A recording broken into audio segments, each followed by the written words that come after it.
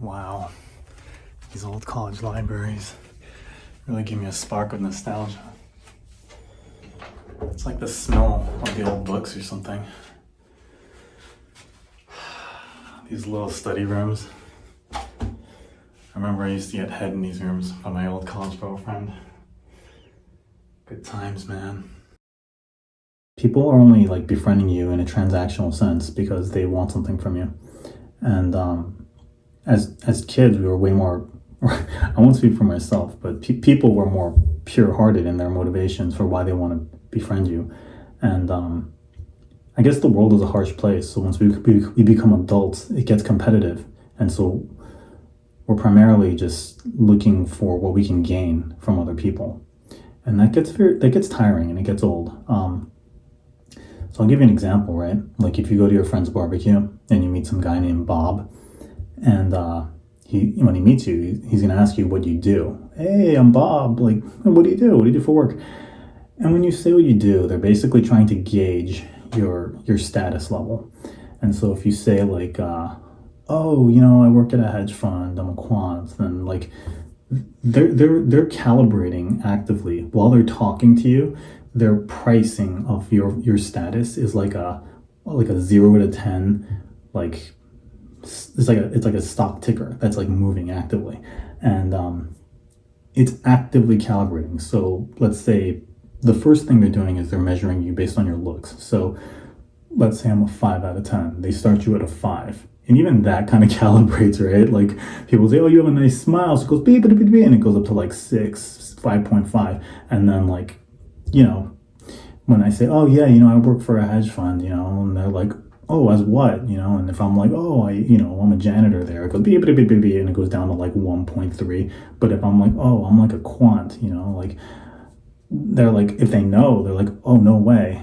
That's like a competitive position. You must make a lot. You must be smart. And then it goes beep, beep, beep, beep, beep, beep, and it goes up to like 7, 7.2, 7.5. And you can almost see the wheels like turning in their head as they're like baking in new information while talking to you. And that's like the whole point of the conversation. They're basically trying to like gather data. So like the width of their market on like how they price you is like getting more narrow, it's like you're a stock, and yeah, and they're doing price discovery as they gather more information. The bid-ask spread is tightening, and so they'll ask you more questions, right? Or they'll see you bring a girl and they'll be like, oh, is that your girl? And like if she's like frumpy, then they'll be like beep beep beep beep, like the market will crash a little bit, and they'll be like, oh, this guy, like, he's smart and he has a good job, but that's the best he could do. Like, he must have low confidence and just be like a loser, actually. And so their pricing for you will like start to crash. But then if your girl's like really hot, then all of a sudden it'll beep beep beep, it'll go up. And they're thinking, damn, this guy has a good job, he's smart, and he has a hot girlfriend. He must be really valuable, because the girl already did some screening for him, right? It's like it's like social proof. It's like basically she's screening already when deciding who to choose as a dating partner, and she's pretty. So for her to choose me, it indicates that like that pre-screening showed that I have a lot of value. So that's like a shortcut, right? It's like a resume, or like a reference. So basically, like suddenly, like I'm jumping up in status there in his eyes, and then from there, Bob will be like, "Hey, man, like this has been a fascinating conversation. Like, we should add each other on like Instagram or something, man." Like they'll try to like be buddies with you, and because they think they can get something from you. They think, oh, this guy might have a yacht or something. He must be rich. I can probably benefit from that in some way, or maybe he can get me a job, or give me really good financial advice. Like it's all transactional. It's about what they can get from you, and if you swing and miss on a lot of those little like those questions they ask you, where you just happen to be a lower status person, their pricing of you just like goes down, and then they're just kind of like, oh, hey buddy, it's been nice talking to you. I gotta go chat with I gotta go help my guy get the beers out of the trunk. Hey, it's been nice catching up with you, buddy. Nice to meet you. And they just try to push you out of their life really quickly because they can't get anything from you. That's the whole game. That's the whole game of socialization as an adult. It's all just a big status game, and people are trying to cling and latch on to people of higher status than them, so that they can be pulled up and be associated with people of higher status, and they're trying to like bat away people of lower status who's trying to cling up to them. And it's really cringy, just like going to social settings and just observing this happening in real life. It's like watching the Nature Channel. But it's just so transactional, and yeah, I just get tired of that. And unfortunately, like in the old days before dating apps, like you had no choice but to play these games because your status as a male in many ways was reflected based on your people, your crew, right? Like your entourage. And so birds of a feather flock together, and you are the average of the 5 people you hang out with most. And people subconsciously know this, so they make snap judgments about you based on the people you roll with. And so you want to have a strong crew, and like the show Entourage, like you want to have a strong crew, and then also you want to have a strong network so you can be invited to people's like house parties and other ways to meet people. Because if you're single in your 20s, you needed a way to meet people. That's actually changed a lot with the advent of dating apps. So honestly, it's a game changer. I mean, there's a lot of factors as to why people are more isolated now, but for me, that's one of the main ones. Because when I reflect on my motivations for being social, like I used to be very social. I used to have like multiple group chats where my phone's always blowing up, and from like different social circles. I was like trying to stay active in a lot of different circles, and it kind of happened naturally. Like I just kind of started falling off from all those social circles, and reflecting on it, I was like, why was that happening? And the answer is because of dating apps. Like I didn't even like most of those people. Like a lot of them were just obnoxious, but I needed to keep them in my network so that I can, get invited to things and meet their friends. And it was just a way to meet women, frankly. And once dating apps came out, I was like, wait, I don't need to do this. I don't need to like pretend to like this guy. So I suddenly I started not having friends and just going on dates a lot. And it was way more efficient as far as like how I allocate my time to get what I want in life. I wanted to talk a little bit about like a more quantifiable way of like how people measure value in men. All right, guys, so this is the equations for high value men and high value women. So yeah, this is high value men. Ignore this Goku sketch. I'm running out of pages on my notebook, so I'm like, oh crap, I guess I gotta reuse this page. This is high value men and high value women. So these are the coefficients. So these are the variables that I circled: looks, money, status, personality, ethics, and these are the coefficients, right? And those are the weights. Those are the weights to the coefficients. So these are in order of weight, and then all the coefficients sum up to 1. And so your final score determines how valuable you are to other adults in the world. Now, I'm not saying like your value to like your parents and your loved ones. I mean, the value there is infinite. I'm just saying, when you deal with other adults, right, like they're measuring this score in terms of deciding whether you're valuable or not to them. And then with this score, they're deciding whether your score is higher than theirs or lower than theirs. And if your score is higher than theirs, they're going to be nice to you and try to kiss your ass and try to befriend you. And if your score is lower than theirs, then they're going to find you obnoxious and try to get out of the conversation with you and never talk to you again. And that's what's really happening for people who navigate social situations, are a little confused about what's happening. This is what's happening. It's really quite quantifiable and straightforward.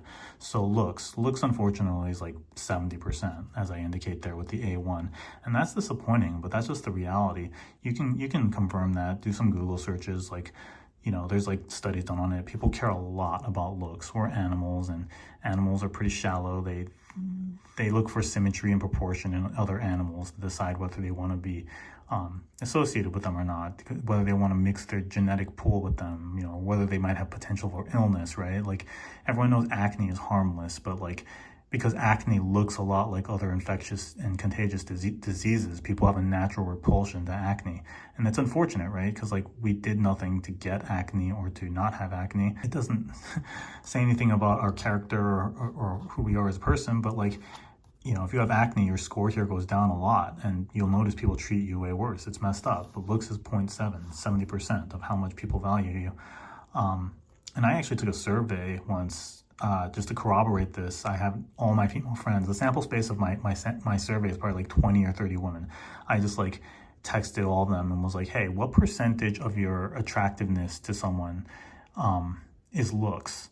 And this is the high value male one. So in this context, I asked like, hey, when you find a guy attractive, the moment you decide, you know what, I'm attracted to this guy, what percentage of it was looks? Please answer this honestly. And like women said like between 60 to 70%. And of course, like they're not gonna wanna come off shallow, and they themselves could be lying to themselves a little bit because they don't wanna come off shallow even to themselves. So I round that up to 70%, which again corroborates this number. It's 70%, right? So looks is so important, unfortunately. And then money and status. These are number 2 and 3, but they're also interchangeable. Like I could have status here and money here. And so why is that? Well, money can buy you status. As an example, right? Like I literally know this guy who's, I think his dad's a billionaire, and he just got a ghostwriter to write a book for him. It's like it's either a New York Times bestseller or it won some like awards, and he didn't even write the book, but he has status now. Like people are like, oh wow, that guy's so, he like his book is so good. And you know, it's like he bought status with money. And you know, Drake has a ghostwriter, and like if you have money, you can buy status. That's my point. If you have a rich dad and you want to be some startup founder, you can just like have infinite injections of capital. Your runway is infinite. People don't need to know where your source of money is coming from. You know, you can just have your dad inject like another couple million every few months until like, you know, you keep pivoting your startup until like finally like something sticks and takes off, and then all of a sudden your startup is finally successful and you're getting interviewed by Emily Chang on Bloomberg News, and you know, telling your scrappy story about how you started in a garage but you always had the vision and you knew you'd succeed and all that crap, when really you just had infinite capital. So money can buy you status. Right now you're like a baller startup founder when, you know, there was no way for you to fail, right? Now likewise, status can get you money. What's an example of that? Like the Hawk Tuah girl, she had status, at least for 50 minutes of fame, and she monetized it quickly. And I heard she made over $500,000 in the last month or so, and she's probably made even more now. How? Well, she got a podcast, so they, you know, signing the podcast, they had to pay her something. She probably gets paid like 10 grand just to like show up on stage at like country music concerts and like introduce a band. She probably has merch that she can sell for like, you know, $20 a t-shirt. And so yeah, you can take status and, you know, you can get money out of that. There's other examples, right? Like, you know, the guy who like tightroped across the Twin Towers, like he was like famous for doing that, and I think he got like a book deal out of it. And when you do something that gets you status, it can get you money likewise. That's why these are interchangeable. But keep in mind that there's still two different variables, because you can have money without status, right? Like if you're just some like hedge fund kid, some trust fund kid whose dad runs a hedge fund, like you have money but no one knows you have status. You haven't converted your money to status yet, you know, which is something you should do if you want to like boost your HMV score higher. You should just take some of your money and buy status with it. But you can have status without money too. And the way to do that, well, an example of that is like if you're like the lead singer to a cappella group in college or something, you know when you hit those high notes, like the ladies are swooning, and that status doesn't mean you have money, but you know, you go to like some college party after that a cappella performance, like you're gonna have your pick of the litter. If you're like the high school quarterback, varsity quarterback, if you're a football team, like you're gonna have status but no money. And again, like everyone's gonna be like, bro, like you're the man, and you know, you're gonna have status. So, you know, those are cases where you can't really like you can't really get money from it yet. Maybe if you go pro you can, but there are definitely cases where you can have status without money, and that's why these are three separate things. That's why these two things, even though despite them having the same coefficient weight of 0.12, they're kept separate. They're similar but separate and of equal weight. Our personality, like, unfortunately, it's like 0.04, which is disappointing. And, I don't make the rules. Like, I know your elementary school teacher, like, told you, like, some feel-good nonsense about, oh, personality is what matters, but it doesn't. And the data shows that. And when you deal with adults, you realize, oh, that's true. Obviously, your personality can't be, like, cartoonishly bad, like, in the normal distribution of, like, personality types, right? You have to be, like, within like one standard deviation of normal, let's call it. So your personality just has to be somewhere in the range of normal-ish. You can't just be like obscenely quiet or just like obnoxiously like loud and stupid or something. If you're like somewhere, it's easy to just be somewhere in the normal range of personality. So that said, like, unless you're like freaking Jim Carrey or something, like, it's hard to move the needle with this variable alone. That's why it has a 0.04, a 4% weight in your total HMV score. And then ethics, I included this in there, but realistically, like, no one cares about ethics. Like, again, your elementary school teacher, like, probably told you, oh, ethics, like, that's what matters, But that's mostly because, like, in a society, they want people to grow up with those kind of values. But realistically, like, again, it's like 2%, and that's because, like, no one cares about ethics. That's why girls date like the bad boy in his jean jacket and his loud motorcycle who like spits at homeless people and then like drives off. She's like, oh, he's so hot. It's because they don't care about ethics. They care about this, looks, which is 70%. And so this has such a strong coefficient weight that it fully washes out anything here. His ethics could be 0 and it doesn't move the needle at all. And I left this ... here for like, I know people are going to say, oh, what do you mean? I like guys who like read Dostoevsky, and I like intelligence, and I like this and that. Yeah, there's some sapiosexual girls who really do care about intelligence, and, the intelligence coefficient and variable actually scores quite high. Like, keep in mind, these numbers are not, this is the average across all adults and how they value high value men, like what makes a man valuable. But these are like, they don't have to be these numbers, right? So there are some girls who like, you add like an intelligence factor and it will weigh like that's just their type, it will weigh as high as some of these. But make no mistake, this is roughly how people are measuring your score as a man. This is the equation. So if you're not good looking, you can work on these two, and the scores on these get really high. Your total HMV score is going to be relatively high. So as a man, you have hope. If everyone's goal in life generally is to like get this score as high as possible, and you can still do it with these. It's hard to move the needle here because it has a 0.04. I mean, unless you're going to like find out that you're like one of the funniest people in the world, it's going to be hard to move the needle there. Just like try to keep your personality within 1 or 2 bands of normal. And again, not even worth talking about this. So yeah, as a man, focus on these. Try to get your money and status up, and then you'll notice people treat you way better once your score goes up from there. Obviously, try to get your looks up, but like there's only so much you can do, right? Facial symmetry and proportions. You can get plastic surgery, but then you might like start looking goofy if your surgeon messes up, and that's something you can't really fix. So obviously work out, fix your posture, all that, dress well, but from there, you can't really do much about looks. So this is where you can really move the needle as a man. That's where you want to focus your time and effort if you want to get the score up. Now, as a woman, right, this is very disappointing, but this is just the reality. Like, it's really just 2 things. It's looks and personality, and looks is like 96%. And women know this. Like, feminists will like tell you, oh no, I try to dress up for myself, and I go to the gym because I like, it's for me. Okay, whatever. The point is that women know that looks is 96%. That's why they care so much about makeup. That's why the makeup industry is like a multi-billion, I think $trillion industry. That's why they care so much about their hair. That's why they care so much about fashion and wearing heels, even though they're insanely uncomfortable. Women are wearing like heels and like, freezing, snowy weather, like drunk, like, wearing like little skirts when it's like freezing temperature outside. Like, it's because they fully understand how important this variable is. Like, they may not know this number, but they roughly, not quantitatively, but qualitatively, they understand that this is almost all of their value. And so that's why they do plastic surgery so much, breast augmentations, Brazilian butt lifts. It's because they fully understand so much of their value comes from this. And then this, sure, 4%. Keep in mind, like short-term partner versus long-term. Short-term, this number is close to 100%. This number is close to 0. But long-term, if a guy's looking to settle down, this number can go down to like 0.7-ish, 0.6, and this can offset it to like 0.3.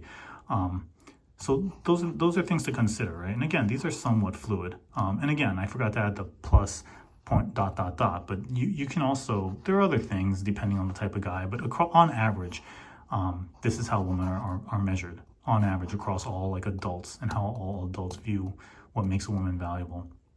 They're pretty much using this equation. It's disappointing, but again, this is why I feel bad for women, because they're always like, you know, they project and they see men and they value this in men. So they think, oh, if I can get my money and status up, like my score will go up. And this is like a big gap in their understanding, because it doesn't. It doesn't at all. And they don't seem to understand this. Like on dating profiles, they're always like wearing like a cap and gown, like graduation cap and gown. And like men never have that picture on their dating profile, but like every other woman on their like dating app profile will have like their little like picture with their diploma and their graduation cap and gown. It's like, honey, I don't care that you went to a good college at all.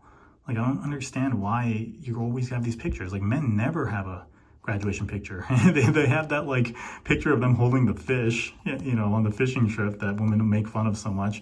I don't know why men do that, but, you know, they have that picture, but they never have a picture of them in a graduation cap and gown. But women do that because they're projecting what they like in men, and they think, oh, we like this in men, so I bet men like that in us.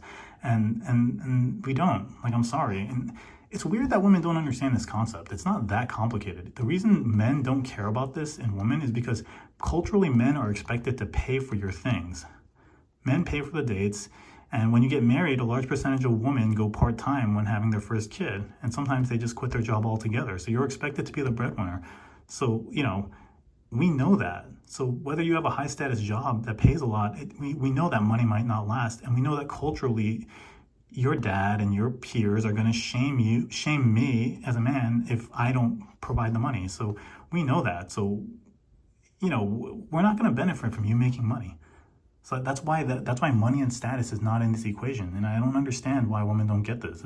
It's like a simple exercise in empathy. Just like take a moment to, you know, put yourself in the guy's shoes and see the world through his eyes, and picture yourself going on a date as a man, and picture yourself weighing, well, is this woman worth marrying? And do that exercise in empathy, and ask yourself, where does money and status come into that?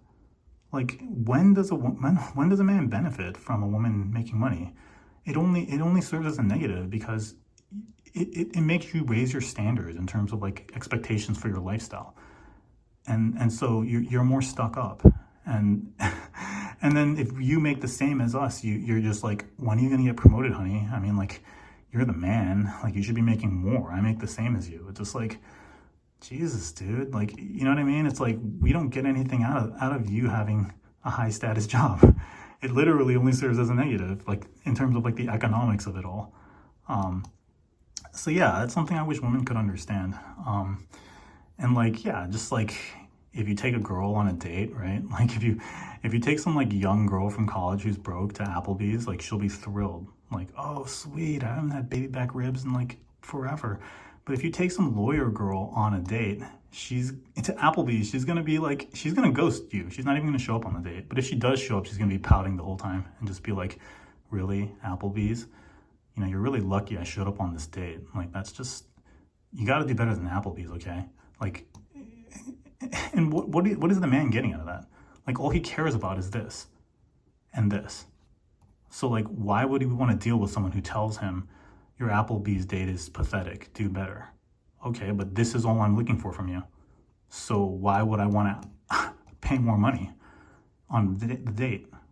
You know what I mean? Like, it's all economics. All these concepts can be explained through math and economics. So yeah, these are the two equations: high value male, high value woman. And once you understand these scores, this is how people are valuing your score as a man, this is how you're being valued as a woman, it all comes together. All the transactional adult relationships you're having, why like people as a man, why other men disrespect you and give you the cold shoulder, don't invite you to things. They've evaluated this score and said, your score is lower than mine. I don't want to deal with you. That's why people are cold to you. And when your score is high, you know, and you don't know which of these pieces, it's most likely one of these, but if you don't know which of these is giving it the most weight, but they've evaluated your scores high, then they kiss your ass, they invite you to things, they want to hang out with you. And it works with different genders too. Like when women are evaluating you as a man, they have their own perception of what their score is, and they're going to be nice to you if they think your score is higher than theirs. But if your score is lower than theirs, they're going to give you a lot of attitude and ignore you and just, you know, why are you talking to me? Hello, you know, like they're going to give you attitude because they've evaluated your scores lower. And that's what people are doing. People are trying to hang out with people with an equal or higher score than them, whether it's same gender or different gender. And when it comes to different gender, it includes dating, right? So they're willing to date you or sleep with you if your score is higher than theirs. And that's the economics of the whole thing. People are willing to go across or up. They're trying to hang out with or have sex with people who have a higher score than them. That's the whole game as an adult. It's very transactional, and it's sad, and you kind of like, it makes you jaded, and it makes you not want to really like socialize with people because you realize this is all people are doing, and as you talk to them, you're just like, okay, like you just kind of want to cut through the bullshit and be like, yeah, I know I'm not that good looking, but I'm way richer than you, and I have more status than you. So like, is this enough for us to be on equal footing? No, okay, stop talking to me. Like I sometimes like in the middle of conversations, I have like these intrusive thoughts where I want to just say that, you know, I'm like, I know why you're asking these questions. You're just trying to gauge these two values.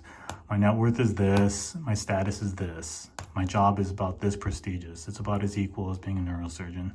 Am I worthy to hang out with you now, even though you're better looking than me? Like, I just want to say that, but I'm like, okay, hold it in, don't say that, don't be weird. So yeah, that's how all this works, and it's why I don't really hang out with people. Like, I just don't want to deal with these like transactional adult status games. I just want to hang out with like my true friends from childhood who I know actually care about me and have been there through thick and thin. Those are like your real friends, right? So yeah, that's the video. Talk to you later.